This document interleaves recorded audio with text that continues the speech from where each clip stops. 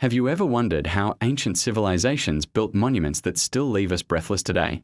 Imagine trying to construct something like the Great Pyramid of Giza without cranes, without power tools, without any of the technology we take for granted. How did they do it? Let's travel back in time, over 4,500 years, to unravel one of history's greatest engineering mysteries. First off, why build something so enormous? The pyramids weren't just impressive structures, they were tombs for the pharaohs. The ancient Egyptians believed their kings were gods on earth, and these monuments were their stairway to the heavens, ensuring their eternal life in the afterlife. The location was critical. They chose the Giza Plateau on the west bank of the Nile, where the sun sets, symbolizing the realm of the dead. But it wasn't just any spot. The Great Pyramid is aligned to true north with mind-boggling precision, a feat that would challenge even modern surveyors. So, you've picked your spot.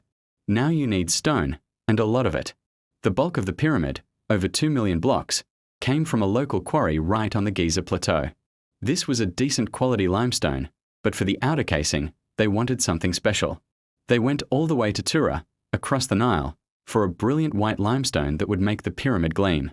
And for the most important chambers inside, like the king's chamber, they needed something even tougher, red granite.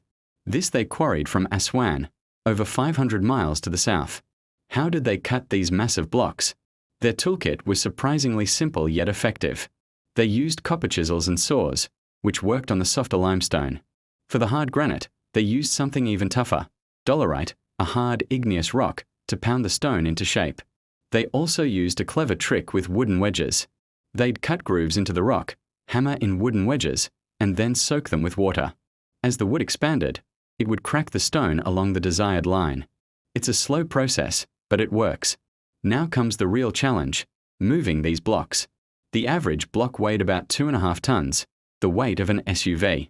Some of the granite beams inside weighed up to 80 tons. So how did they move them? For transport over land, they used large wooden sledges. A famous tomb painting shows a crew of workers hauling a massive statue on a sledge, with one person pouring water on the sand in front of it. It turns out that a little bit of water makes the sand firm, reducing friction by as much as 50%. It's brilliant. For the long-distance stuff from Tura and Aswan, the Nile River was their superhighway. They would load the stones onto huge wooden barges and float them to the construction site, especially during the annual flood season when the water levels were high. Once the stones arrived at Giza, they had to be lifted into place. This is where things get really debated. The most popular theory is that they used a system of ramps. But what kind of ramp? A single, long, straight ramp would have to be over a mile long by the time they reached the top, requiring almost as much material as the pyramid itself. So, archaeologists have proposed other ideas, like a zigzag ramp that switched back and forth up one face, or a spiral ramp that wrapped around the pyramid like a corkscrew. A more recent theory, supported by some compelling evidence, suggests an internal ramp that corkscrewed up inside the body of the pyramid. This would have been much more efficient. And who is doing all this heavy lifting? Forget what you've seen in the movies about slaves being whipped. The evidence points to a massive, well-organized workforce of around 20,000 to 30,000 skilled laborists. These weren't slaves. They were respected workers, organized into teams, who were well-fed and housed in a purpose-built city near the pyramid. They worked in rotating shifts, likely for a few months at a time, as a form of national service or taxation. It was an honor to help build the pharaoh's eternal home. The precision of the construction is just astounding. The outer casing stones were cut and fitted so perfectly that you couldn't even slip a piece of paper between them. Inside, the pyramid is a complex network of passages and chambers.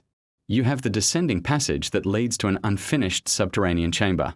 Then there's the ascending passage, which opens up into the breathtaking Grand Gallery, a massive, soaring corridor that leads to the king's chamber. This chamber is a masterpiece of engineering, built entirely of red granite and topped with 5 stress-relieving chambers to distribute the immense weight of the pyramid above it and prevent the roof from collapsing. This shows an incredible understanding of architecture and physics. Finally, after about 20 years of construction, came the finishing touches. The entire pyramid was encased in that highly polished white limestone from Tura. It would have been a smooth, gleaming, brilliant white structure. And at the very peak, they placed a capstone, or pyramid ion, which may have been covered in gold or electrum, a mix of gold and silver. Imagine what that would have looked like. When the sun hit it, the entire pyramid would have shone with a dazzling, divine light, a true beacon in the desert. Over the centuries, earthquakes and stone quarrying have stripped away most of the smooth casing and the capstone, revealing the tiered core we see today. But even in its current state, the Great Pyramid of Giza remains a testament to human ingenuity, organization, and belief. It forces us to ask, what else were they capable of? The more we learn, the more we realize that the ancient Egyptians were not just master builders, but brilliant engineers, mathematicians, and project managers. Their legacy, written in stone, continues to inspire awe and wonder, reminding us that with enough dedication, the impossible can be made possible. Thanks for watching, and don't forget to subscribe for more journeys into the past.